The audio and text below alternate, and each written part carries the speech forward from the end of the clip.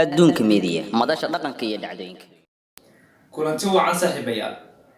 idilkiinba ku soo dhawaada wararka caalamka ee adduunka media qodobada nadiihna maanta waxa ugu waaweyn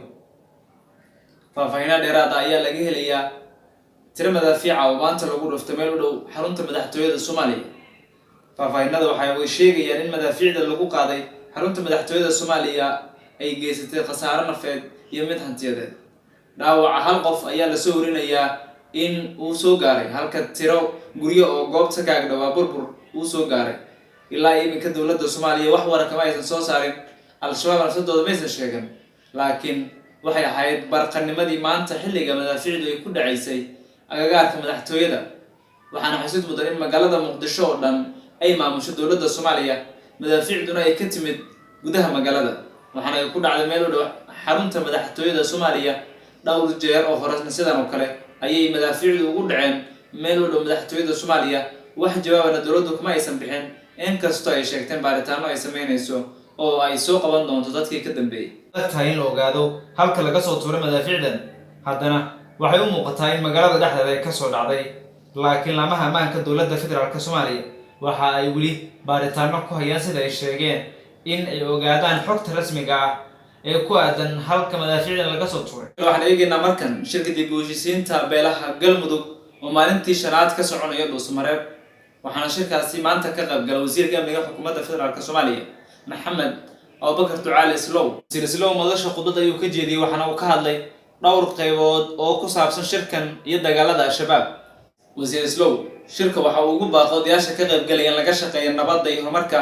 beelaha iyo deegaanada dega maamulka Galmudug waxaana uu sheegay wasiir Islow in loo baahan yahay shirkan uu ka soo baxo qodobo muhiim ah oo ay ku midoobayaan dadka ku nool gobolada dhexe ee Soomaaliya ee la isku yiraahdo Galmudug waxa uu sheegay in ciidamada xoogga dalka Soomaaliya ay guulo waaweyn ka soo yeeyeen dagaal ay la galeen al-shabaab kadib weeraro ay ku qaadeen fariisimo ay ku lahaayeen waxa uu xusay in goobo muhiim ah al-shabaab lagala wareegay oo ciidamada xoogga oo hubaysan iyo kuwa amisom ay isku dayeen in al-shabaab ay ka muquuniyaan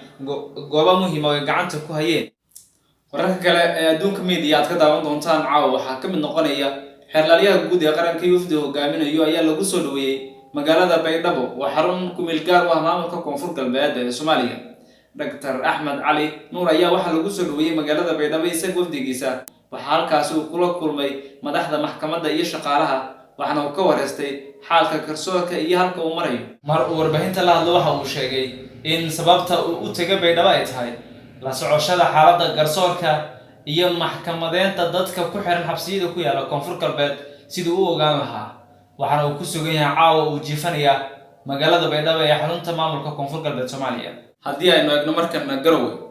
madaxweynaha maamulka Puntland Siciid Cabdilaahi Dani iyo wafdi hogaaminayo ayaa maanta dib ugu soo laabtay magaalada Garowe ee xarunta gobolka Nugaal waxa halkaasi garoonka diyaaradaha madaxweynaha ku soo dhaweeyay xildhibaano ka tirsan labada gole ee Puntland iyo sidoo kale saraakiil ka tirsan ciidamada ammaanka maamulkaasi